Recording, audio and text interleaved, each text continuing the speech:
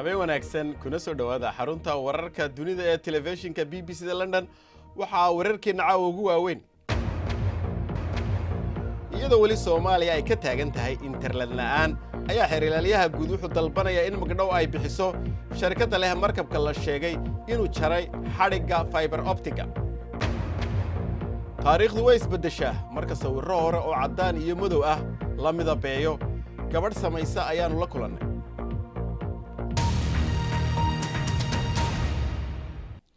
dawladda Soomaaliya ayaa dalbatay in shirkadda leh markabka jaray xadhigga internetka ay bixiso dhaawacii ay geysatay qaybo ka mid ah dalka ayaa internet la'aan oo labadii usbuuc ee ugu dambeeyay waxaana arrintaasi ka dhashay khasaare ballaaran oo dhanka dhaqaalaha ah meesha sida ugu xun arrintu ay u saameysay waa caasimadda Soomaaliya ee Muqdisho Axmed Xaaji Xasan ayaa warkaasi noo haya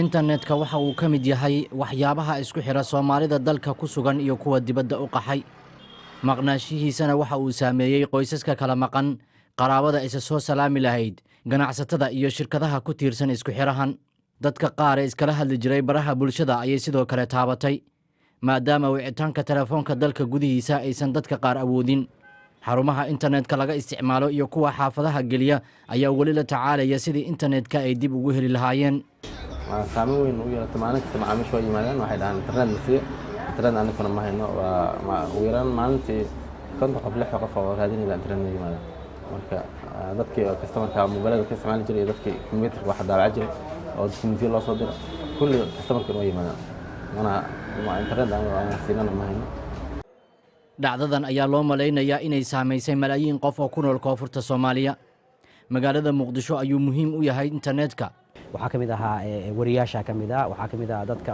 dhaqaalayahanada qaarkood kamid ah researcherska kamid ah dadkaas oo dhan meel ay kombaniyada ay la shaqeynayaan ay kala xiriireen ay waayeen waxaa kamid ah kombaniyada oo diyaaradaha tikidhada gooya online ka ku goyn jiray yaani waxaan dhihi karnaa millions of dollars ayaa la khasaaray wasiirka warfaafinta ee Soomaaliya ayaa horaantii bishan sheegay in 10 maalmood gudahood lagu hagaajin doono internetka waxaan rajaynaynaa usbuuc soo socda ilaa iyo 10 casho soo socda in lagu habeeyo oo dib loo rakibo howlihii baaxadda lahaa internetka muddada hakadka galayna dib u soo noolaadaan balse ilaa iyo hadda qaybo ka mid ah koonfurta Soomaaliya waxaa ka go'an internetka wararka waxa ay sheegayaan in dadka qaar ay bilaabeen inay raadiyaan internetka shirkadaha telefoonada meelaha laga helo daatada ayaa buux dhaafay waxayna dadka qaar ka cabanayaan inuu qaali yahay jahawararkan ayaa ka dhashay kadib markii markab uu ku dhacay xarigga internetka 2 isbuuc ka hor xiriirlayaha guud ee Soomaaliya oo warbaahinta la hadlay ayaa sheegay inay magdhow ka doonayaan shirkadda iska leh markabkaasi jaray xarigga internetka shirkadaasi oo fadhigeedu yahay Geneva war ay soo saartay waxa ay ku sheegtay inay baarayso dhacdadaasi iyadoo la kaashanaysa dhinacyada ay qusayso internetka fiber optic ee Soomaaliya ayaa la hirgeliyay dhamaadkii 2013 dawladda Soomaaliya ayaa xaqiijisay in malaayiin dollar oo khasaare uu ka dhashay internet la'aanta taagan bal markan aynu eegno qodobada kale ee ku jira wararka maanta warbaahinta Shiinaha ayaa sheegaysa in maraakiibta ciidamadii ugu horeeyay Shiinaha oo saldhig dibadda ah la geeyay ay ku sii jeedaan dalka Jamhuuriyadda Djibouti Shiinaha ayaa sheegaya in saldhiggan ujeedadiisu tahay in nabad ilaalinta iyo arrimaha gargaarka bani'aadnimada ee Afrika iyo galbeedka Aasiya uu ka shaqeeyo iyo inuu ka qayb qaato arrimaha ciidamada iyo tababarada kusimaha madaxweynaha Nigeria Yemi Osibajo ayaa sheegay in madaxweyne Buhari soo kabanayo isagoo dalkana degdeg ugu soo noqon doona hadalkan ayuu bixiyay isagoo booqanayay madaxweynaha cusbitaalka ku jiro ee London oo laga daweynayo xanuun aan la shaacin qadar ayaa soo duulisay in ka badan 165 saac oo caana badan oo laga keenay Jarmalka sida kuwa halkan ka muuqda waxay ka qayb qaadanayaan dadaalka loogu jiro in caana yaraanta lala dagaalamo iyadoo dalkaasi ay cunaqabatay ku soo rogeen 4 dal oo carbeed waxay ka mid yihiin 4,000 oo sac oo Jarmalka laga keenayo kuwaas oo 30% caanaha dalka ku filnaan doona mid ka mid ah buuraha barafka ee ugu waaweyn adduunka ayaa burburtay oo ku taalay qaaradda Antarctica buurtani weyn ayaa ku fidsaneed dhul gaadhaya 6,000 oo kiiloomitir oo isku wareega oo u dhiganta kala badh dhulka jasiiradda Jamaica iyadoo aad u ballaaran awgeed ayaa waxay qaadan doontaa la yidhi 10 sano inay ku milanto waxaa laga yaabaa inay dhibaato u keento khadadka maraakiibta ee caalamka. waxaa laga joogaa sanad markii uu fashilmay afgembigii Turkigu. waraysi khaas ah oo BBC-da siiyey madaxweyne Erdogan ayuu ku gacan saydhay eedeymaha la xidhiidha xorriyadda saxaafadda ee afgembiga kadib. wuxuu sidoo kale cambaareeyey midowga Yurub oo aan daacad ka ahayn in Turkigu xubin ka noqdo, waxaana uu sheegay inuu rajaynayo inuu heshiis ganacsi la galo dalkan Britain marka ay ka baxaan midowgaasi. Suhayba Maxamed Badqas ayaa ka warramaysa. sanad ka hor Turkiga ayaa u dhawaaday in taangi lagula wareego. isku dayga afgembi ayaa fashilmay kadib markii Turkidu ay iska caabiyeen ciidamada afgembiga rabay ayaga oo ka jawaabaya baaqa madaxweynahooda. waxa uu ka hortagay in dalka laga qabsado, awood ayuuna ka qaadayba. kadib waxaa xigay shaandhayntii oo 50,000 oo qof ayaa la xiray, 150,000 oo kalena waa la eriyey ayaga oo lagu eedeeyay inay xiriir la lahaayeen dadka soo abaabulay afgembigaasi. Turkiga ayaa mar kale noqday dalka ugu badan ee xabsiga dhiga wariyaasha oo ugu yaraan 150 ayaa haatan xabsiyada ku jira. laakiin asaga oo la hadlaya barnaamijka Hard Talk ee BBC-da ayuu madaxweyne Erdogan iska fogeeyay dhaleecayntaasi, gaashaankana u duruuray in xorriyatul qowlka duulaan ay ku yihiin. dadkaas ku jira xabsiyada ma laha wax mansab saxaafadeed ah. qaarkood waxa ay la shaqeeyeen ururo argagixiso, qaarkood waxaa loo xiray inay hub haysteen. sanadkii la soo dhaafay waxaa xumaaday xiriirka uu la leeyahay Yurub. Turkiga waxa uu ka carooday dhaliisha ku aadan dadka uu shaqada ka eriyay. Mr. Erdogan ayaana markaa sheegay in hogaamiyaasha Jarmalka iyo Holland ay yihiin sida kuwii Naaziyiinta. dadkayga badankood ma doonayaan midowga Yurub. ma aaminsana in midowga Yurub qaabka ay Turkiga ula dhaqmayaan ay daacad ka tahay. inkastoo waxaasoo dhan ay jiraan, waxaan sii wadaynaa inaan midowga Yurub daacad u ahaano wakhti yar oo dheeraad ah.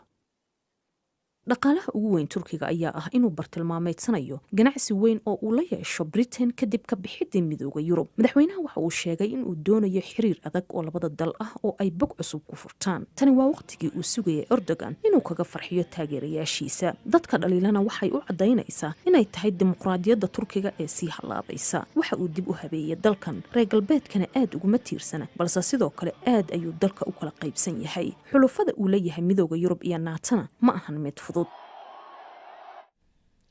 wararka ugu waaweyn caawa ciyaarahan haddii aynu eegno, ninkii haystay koobka tenista ee Wimbledon Andy Murray ayaa laga badiyey ciyaartii maanta ee wareegga afraad ee isreebreebka. waxaa garaacay Sam Querrey oo Maraykan ah. Querrey ayaa 3 gacmood badiyey halka Murrayna 2 u badiyey. ninkan ayaa noqonay ninkii Maraykanka ugu horreeyay ee soo gaadhay ciyaaraha semifinalka ee Wimbledon tan iyo 2009kii. waxa uu la ciyaari doonaa Andy Roddick. xagga kubadda cagtana kooxda ka tirsan horyaalka Ingiriiska ee Everton ayaa timid Tanzania iyadoo qayb ka ah tababarada ay sameynayaan. dhowr ka mid ah ciyaartooyda ayaa booqday dugsiga hoose ee Uhuru Makinieko. Leighton Baines ayaa sheegay in kooxdu soo dhaweynayso xubnaha cusub ee ku soo biiray.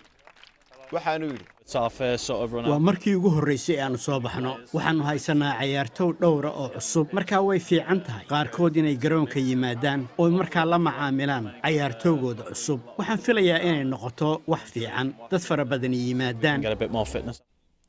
Manchester United ayaa ogolaatay inay qaataan $12 milyan oo ay ka qaataan naadiga Isbaanishka ee Real Sociedad oo kula wareegayso ciyaartooyga Belgiumka ah Adnan Januzaj. ciyaartooygan ayaa tababaraya Mourinho hore ugu sheegay inuu meel ka raadsado Manchester United oo naadi kale raadsado xagaagan. Sunderland ayaa daynsatay. Mourinho ayaa ka tagay markii kooxdu Maraykanka u tagayeen ciyaaraha tababarada. Marina Amaral waa gabadh u dhalatay Brazil oo sawirada midabaysa. waxay midab ku dartaa sawiradii hore ee madowga iyo caddaanka ahaa si ay u dhisto sheekooyinkii qadiimiga ahaa. Yaasmin Axmed ayaa ka warramaysa. bal isku day inaad qiyaastid sanadka sawirkan la qaaday. dadkii la weydiiyey waxay ku jawaabeen inuu xilli dhow ahaa. waa wiil qurxulow ah, soo ma ahan? balse markii la tusay in la qaaday 1865tii way la yaabeen. haddaba maxaa lagu sameeyey? waa cajiib, waad iga naxisay, ma aamini karo. Hello, my name is Marina Amaral. magacayga waa Marina Amaral. waxaan jiraa 22 sano. waxaa deganahay Brazil. waxaa midab ku soo celiyaa sawirada madow iyo caddaanka ah. When you see the picture in color, markaad aragtid sawirada midabka leh waxaa ka samayn kartaa sheeko taariikhi ah. build a bridge with history. You can waxaad dareemaysaa inay runay tahay.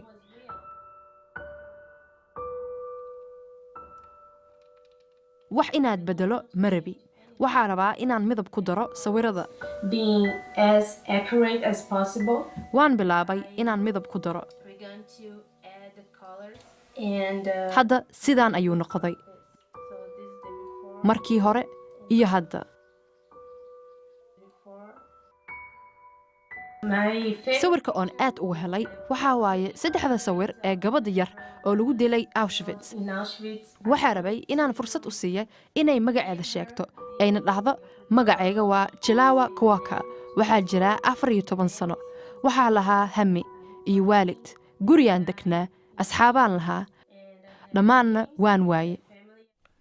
ugu dambayntiina xuska leedha nidaam ee dalka Mongolia ayaa cagta la isu saaray dabaaldegan soo jireenka ah ayaa waxaa ka qayb gala 10 fardafuul oo ka yimid gobolka Kofiskul. waxaan daawaday dad badan oo isugu jira dadka deegaanka iyo dalxiisayaal. waxaa guuleystay ninkii sanadkii horena koobka qaaday.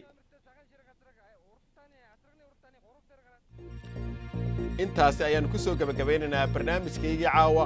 waa ku mahadsantihiin daawashadiina. waxaanu leenahay intaynu berri kulmayno hadduu eebba idmo sidaa iyo nabadgelyo.